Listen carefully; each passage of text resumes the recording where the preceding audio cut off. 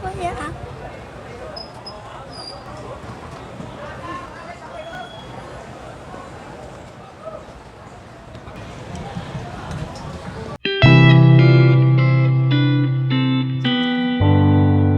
Ang amo lang mga kagalaan ko, sis, we want to share the word of God kung giunsa mi pagbago sa Ginoo.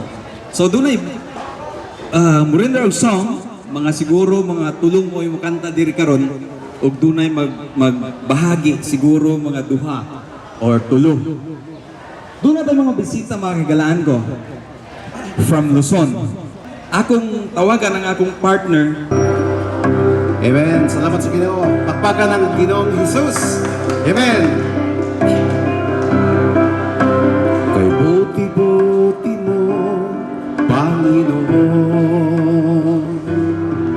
sa lahat ng oras, sa bawat araw, ika'y laging tapat kung magmahal.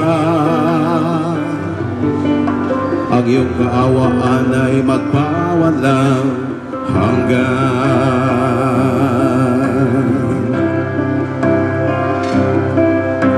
Kay buti-buti mo, Panginoon, sa lahat ng oras, sa bawat araw, ika'y laging tapat kung magmahal. Ang iyong kaawaan ay magpawalang hanggan. Pinupuri, sinasamba kita, dakilang Diyos at Panginoon. Tunay ngang ika'y walang katulad, tunay ngang ika'y di nagbabago. Mabuti ang Diyos na sa akin ay nagmamahal. Pinupuri, sinasamba kita, dakilang Diyos at Panginoon. Tunay ngang ika'y walang katulad, tunay ngang ika'y di nagbabago. Mabuti ang Diyos na sa akin ay nagmamahal. Kay buti-buti mo, Panginoon, sa lahat ng oras, sa bawat araw, ika'y laging tapat kung magmahal. Ang iyong kaawaan ay magpawalang hanggan. Pinupuri, sinasamba kita, dakilang Diyos at Panginoon. Tunay ngang ika'y walang katulad, tunay ngang ika'y di nagbabago. Mabuti ang Diyos na sa akin ay nagmamahal. Amen. Dalay ka ng Diyos. Salamat po sa Panginoon dahil ang inyo pong nakikita sa harapan nyo ngayon ay dati pong bilanggo. Hallelujah, sa Maynila. 4 years po ako nalulong sa drugs, 1980 to 84. At kung kayo ay may nababasa sa diaryong Akyat Bahay Gang, ay mga kagrupo ko po sila. At ang may hawak sa amin ay pulis ng Mandaluyong. At kung may pulis dito, hindi ko naman nila lahat. At salamat sa Panginoon dahil ang buhay ko ay puno-puno ng kaguluhan, puno-puno ng kasamaan.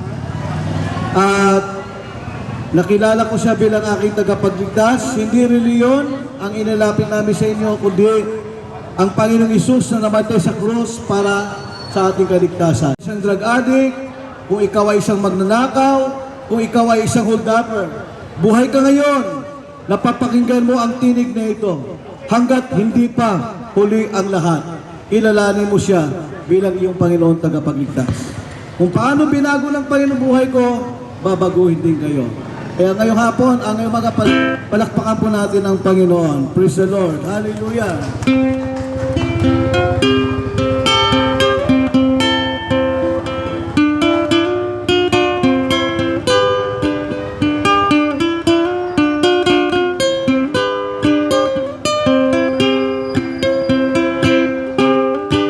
Ang buhay natin sa mundo, paikot-ikot. Bawat araw na daan, di mo na napapansin. Ikaw ay nalilibang sa mga kapaligiran. Sayang lamang ang oras sa walang kabuluhan. Ang Diyos ay nanawagan sa lahat ng nilalang. Bigyan mo ng panahon ang kanyang pagmamahal, na makalaya ka sa iyong kasalanan. Mag-isip-isip ka na habang ika'y may bukas pa. Sa Diyos manalig na, sana mo'y mapatawad niya. Ang Diyos ay nanawagan sa lahat ng nilalang. Bigyan mo ng panahon ang kanyang pagmamahal, na makalaya ka sa iyong kasalanan.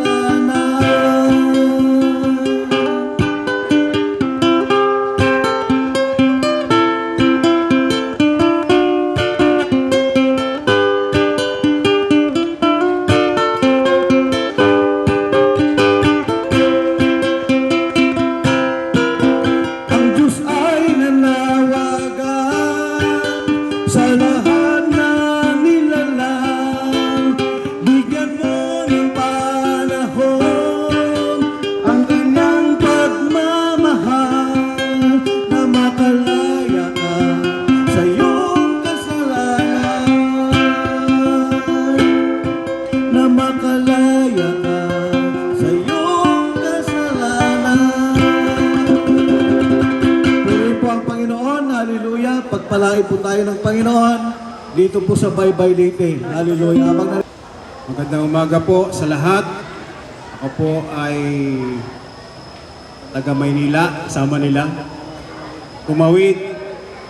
Ito po ay ginagawa namin dahil kami po ay sumusunod sa kung ano po yung kalooban ng Diyos.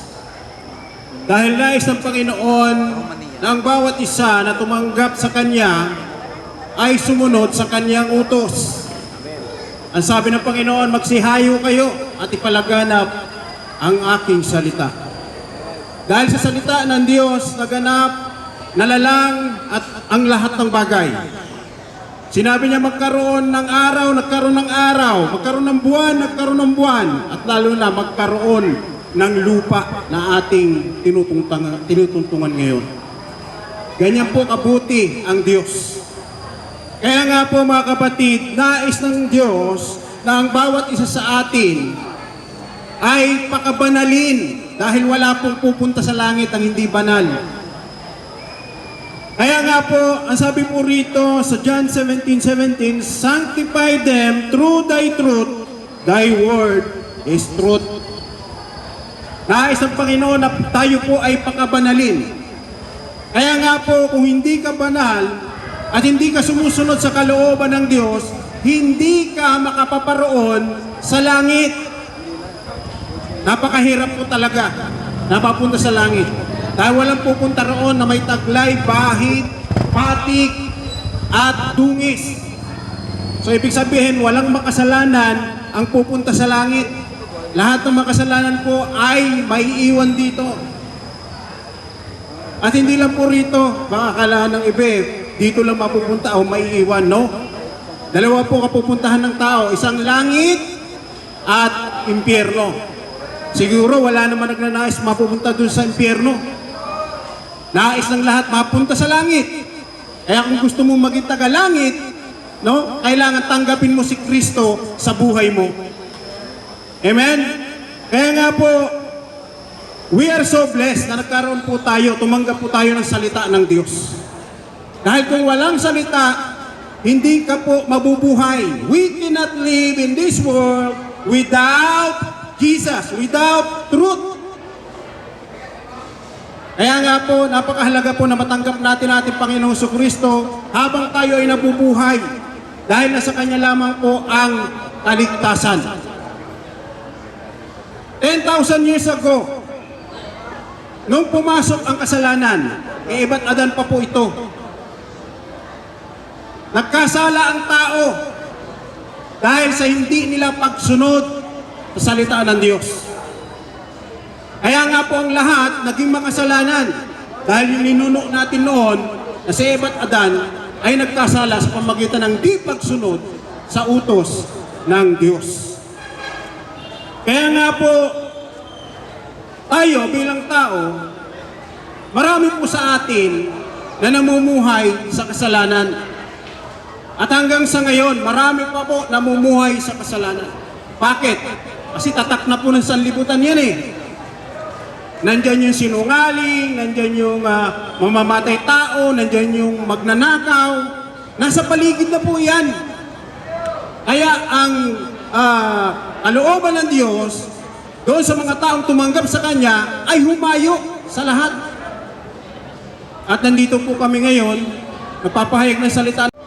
Dahil wala naman po talaga na makapagliligtas sa tao, kundi ang ating Panginoong Jesucristo. In Acts 4:12, sabi po riyan, walang ibang pangalan ang binigay sa sangkatauhan na sukat ikaliligtas ng marami, kundi ang pangalang Jesucristo lamang. Walang ibang pangalan. So hindi ibig sabihin, no? Hindi sa pamagitan ng pastor mo para maligtas ka, hindi sa pamagitan ng mga pagdalo-dalo mo sa sambahan para maligtas ka. Maliligtas ang tao sa pagtanggap kay Jesucristo. Sapagkat nasusulat na siya lamang po yung tanging daan para ang tao ay maligtas. Kaya nga sabi po sa John 14:6, I am the way, the truth, and the life. No man comes to the Father but through me. Sa pamagitan lamang po ng ating Panginoong Jesucristo, maliligtas ang lahat. Agree po kayo doon? Ang lahat mag-agree, magsasabi ng Amen. Amen. Praise the Lord. Kaya nga, ang tao habang gumagawa ng kasalanan, tandaan po natin, kapag ikaw'y nananatili dyan, sabi ng salita ng Diyos, may kabayaran sa paggawa ng kasalanan. Kung ikaw'y patuloy gagawa ng kasalanan, may kabayaran po diyan. Amen? Halimbawa, ikaw po ay nagnakaw at nahuli ka ng pulis, siyempre, pagbabayaran mo yung kasalanan mo. Makukulong ka. Amen? Kaya nga sabi po rito, no, sa Romans 6:23, say, the wage of sin is death, but the gift of God is eternal life through Jesus Christ. Amen? Yan po. Kailangan po talaga natin matanggap ang ating Panginoong Jesucristo. Kaya kung natanggap po si Jesus Christ sa iyong buhay, nandoon po yung buhay na walang hanggan. Na bagamat yung tao mamamatay, no, ang kinin mo na, basta tinanggap mo, naniwala kay Jesus Christ, maliligtas ka, mabubuhay ka. Kaya nga sabi po salita ng Diyos sa John 11:25, sabi po rin, Jesus said unto her, I am the resurrection and the life. He that believe in me, through he were dead. No? Lahat puro tayo mamamatay. He shall live again. Amen? Bagamat ang tao mamamatay, kung naniniwala ka sa ating Panginoong Jesucristo, sumasampalataya ka, gayon may mabubuhay kang muli. Amen? So tumutukoy po yan sa kawalang hanggang buhay. Niining sayang pagkanta, mumisits po siya. Oh. So medyo murag na ay taas-taas na makikalan, pero nindot ni siya. Nindot pa ni siya kontra sa rally. Sir.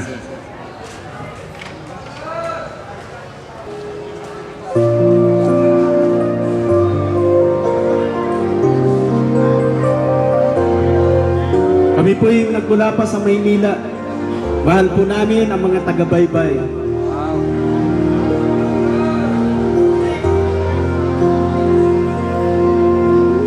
Hallelujah. Naglalaro sa hangin ang buhay ko. Di malaman kung saan ang tungo.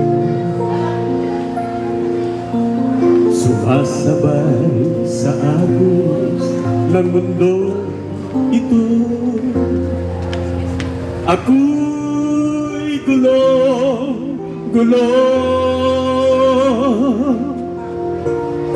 Di ko na malaman kung ano ang gagawin sa buhay ko. Bawang kalungkutan, walang pagbabago. Kapaguran ang laging nadarama ko.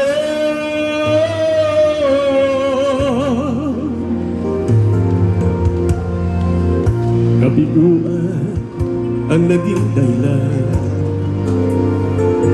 naghahanap ng liwanag. Layaw ng laman ang siyang pansamantalang kasagutan sa aking hanap. Hallelujah! Palakpakan natin ang ating Panginoon!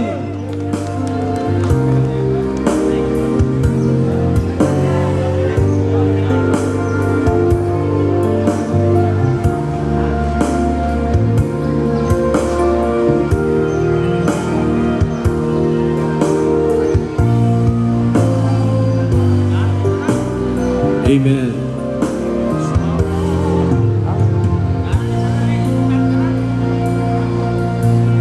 Hallelujah. Yan ang buhay natin. Naglalaro sa hangin ang buhay ko. Di malaman kung saan ang tungo. Sumasabay sa agos ng mundong ito. Ako'y gulo.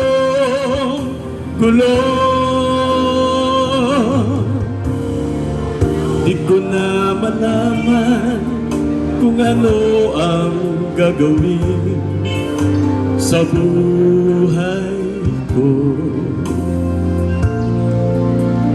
Bawang kalungkutan, walang pagbabago. Kapaguran ang laging nadarama ko.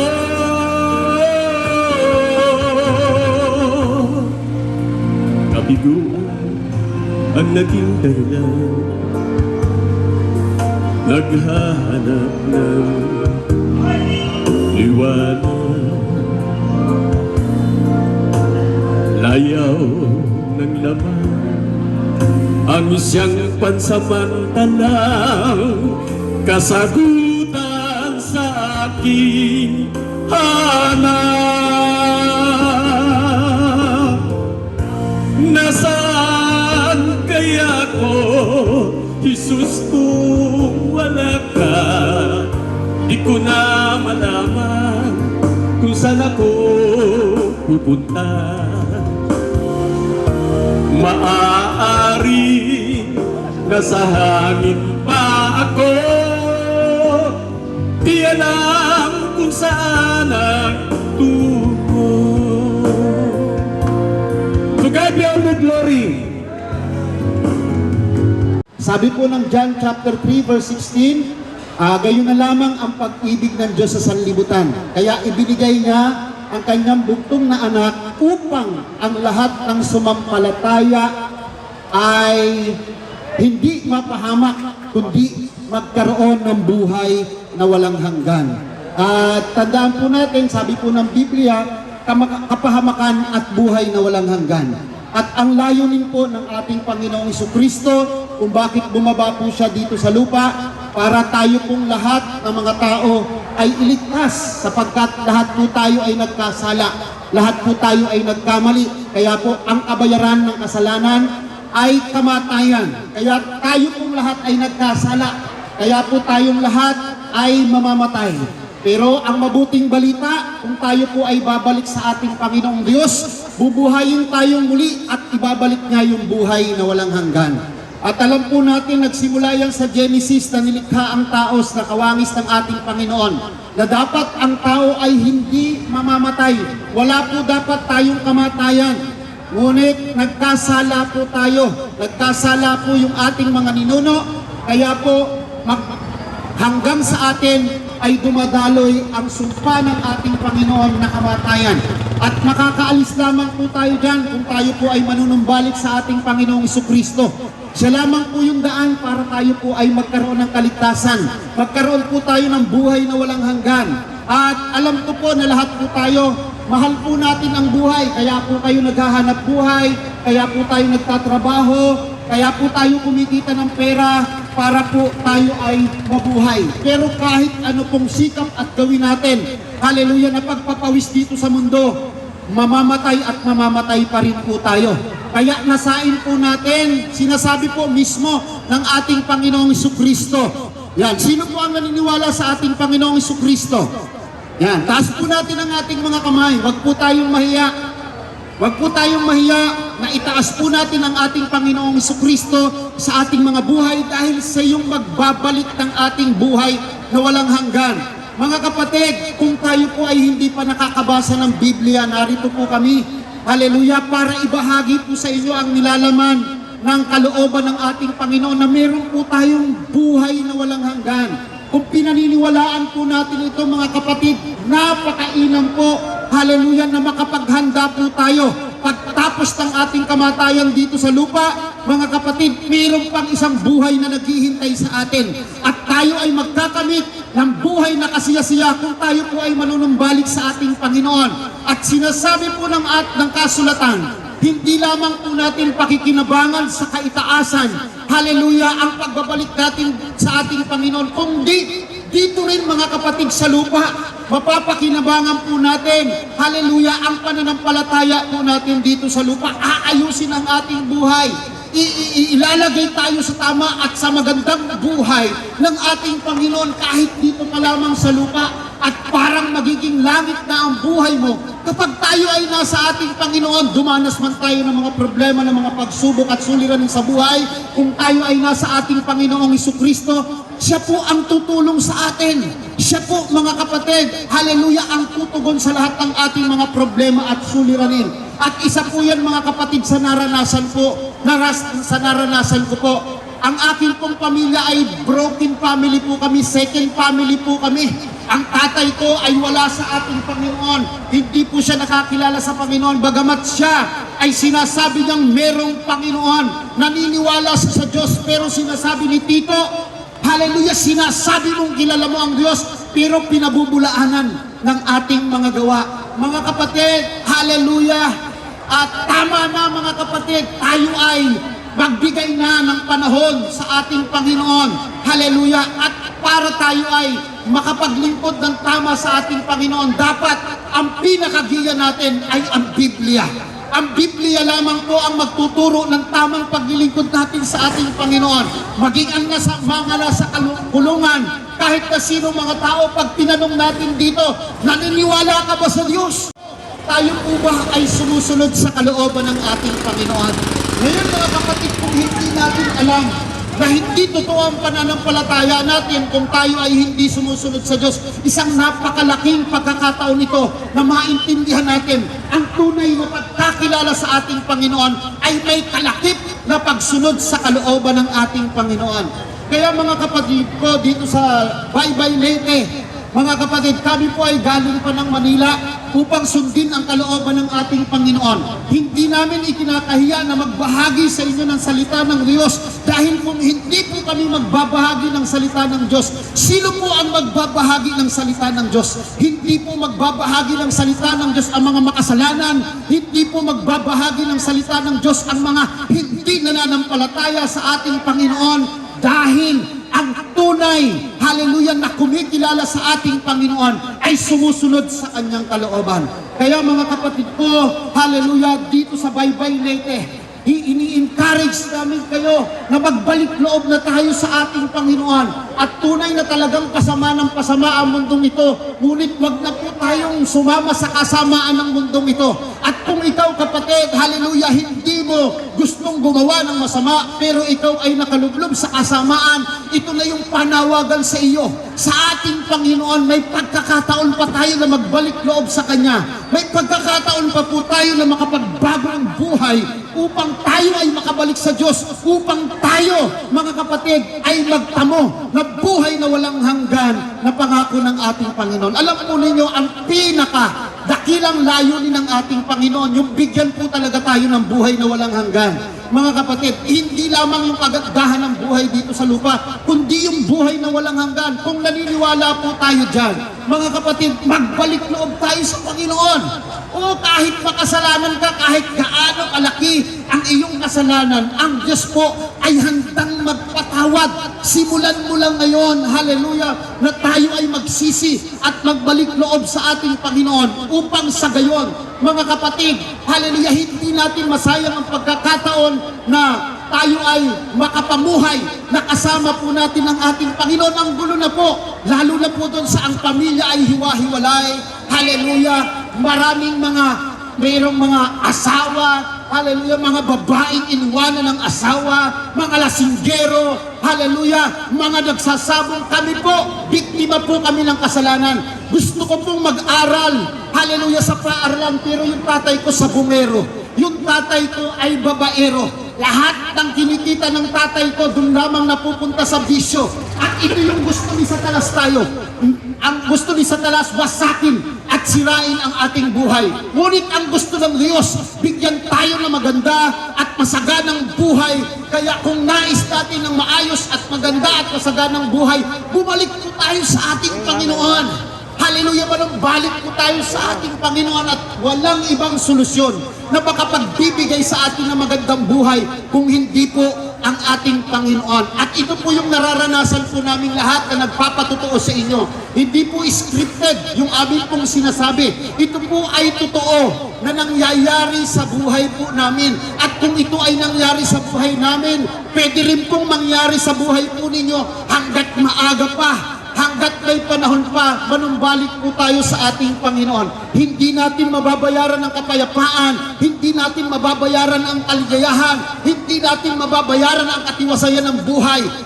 Ang ating Panginoong Hesus lamang, mga kapatid, ang ating kailangan upang makamtan natin ang maayos at magandang buhay. Hindi man maging perpekto dito sa lupa, hallelujah, may inihahanda ang Panginoon na isang lugar na perpekto upang lahat ng naniniwala sa Kanya, kahit naghirap dito sa lupa, pagdating doon sa inihanda ng Diyos, hallelujah, na lugar, wala nang paghihirap doon, wala nang sakit doon, wala nang magnanakaw doon, wala nang hirap doon, hallelujah. Lahat tayo, mga kapatid, ay magiging maganda ang kalagayan, hallelujah, sa lugar na inihanda sa atin ng ating Panginoon. Palakpakan po natin ang ating Panginoon. Sa mga kapatid namin dito sa Baybay na naniniwala sa ating Panginoon, nais ko po kayong ilid po sa panalangin sa pagtanggap po natin sa ating Panginoon. Huwag po kayong matakot, hallelujah, kahit ngayon maraming katanungan po sa inyong isipan, basta tinanggap po natin ng tao sa puso natin ang ating Panginoon, hallelujah, ililid tayo ng Panginoon kung papaano talaga tayo tunay na makapagnunumbalik sa Kanya. Ngayon po, mga kapatid, doon po, hallelujah, sa mga concern sa kanilang mga buhay na nais na magkaroon ng maayos na buhay, meron po kami ditong mga pastor dito sa Baybay Leyte. Pwede po kayong makipag-usap sa kanila. Pwede po kayong manghingi ng Bible study. Pwede po kayong magtanong. Pwede po kayong pumunta sa simbahan upang sa gayon mga kapatid, ang salita ng Diyos na napakinggan natin at natanim sa ating puso sa mga oras na ito, hallelujah, ay mapalago natin. Hallelujah, at mapagtagumpayan natin ang takbo ng mundong ito. Dahil kung hindi tayo magtatagumpay, kahit po kami mga kapatid, ngayon po, nangangaral po kami ng salita ng Diyos, hindi po namin alam sa susunod na taon kung kami po ay nananatili pa sa ating Panginoon. Wala pa rin kaming katiyakan, pero hanggat kami ay nasa Panginoon at patuloy na naglilingkod sa ating Panginoon, may katiyakan po kami sa buhay na walang hanggan. Kaya meron po tayong lalakaran na dapat nating mapagtagumpayan hanggang sa dulo ng ating buhay upang sa gayon mga kapatid, hallelujah, makamta natin ang buhay na walang hanggan. So mga kaigalaan ko, nabatian nato higala ang Ginoo rin ito'y makapagpagko. Ang Ginoo rin ito'y makapagpagko. Ani katong primerong nagkanta, grabe tong yung testimony. Pero dili lang siya. Asa ng kaubanan. Ang Ginoo rin ito'y makapagpagko. So muna higala, musukot kag sa dili. Ikaw, panay imong katapat, ang destinasyon ana, impyerno. Oh. Kitang tanan. Muna siya nga pinaagi lang jud ni Jesus. Ikaw maluwas ug dili ka matus sa impyerno. Way lain maka-change, way lain makapag-bag-o nimo. Way lain makahatag og destinasyon, way lain makahatag security, seguridad. Sa imong kinabuhi si Jesus lamang. So, ang higalaan ko, salamat kaayo sa inyong pagpaminaw. Salamat kaayo sa inyong time. O kining ako mga kauban usab, thank you so much for sa pagpabahagi ninyo ng salita ng Diyos. Galing pa kayo sa Luzon at we want more. One more doon. So kasi gusto talaga natin mga kapatid. We want heaven crowded. Gusto natin na marami tayong mapunta sa langit. Mayroon nagbigay doon ng offering. Sabi ko, hindi kami tatanggap ng offering. Kasi this is free. Free po. So, hindi po, kasi bakit sabihin, ito po yung negosyo. This is not a business. Our business is to preach the pure word of God, mga patutuo na binabago ng Diyos ang buhay ng nasa kay Kristo na. So, salamat kayo. O balik ko na ako pagsulti mga kaigalaan ko. Ingon nga naandan. Ang Ginoo nga panalangin sa atong minahal nga mayor, ingon man vice mayor. I-bless sa Ginoo ang atong sangguniang panglungsod. I-bless sa Ginoo ang atong city administrator. I-bless sa Ginoo ang mga kapulisan, mga traffic enforcers, tanan nga para hapsay himyang ang atong pagpuyo din sa Baybay City. Ang Ginoo mga panalangin usab sa mga negosyante. Ang Ginoo mga panalangin sa mga tao. Ang Ginoo mga panalangin sa mga pasaheros. Ang Ginoo mga panalangin kanatong tanan. Ang tanang mga lumulupyo din sa Baybay City panalanginan sa Ginoo. Jesus is Lord over the city of Baybay City. Dalaygon ang ngalan sa Ginoo. Liho Baybay ato tibay. Bye-bye.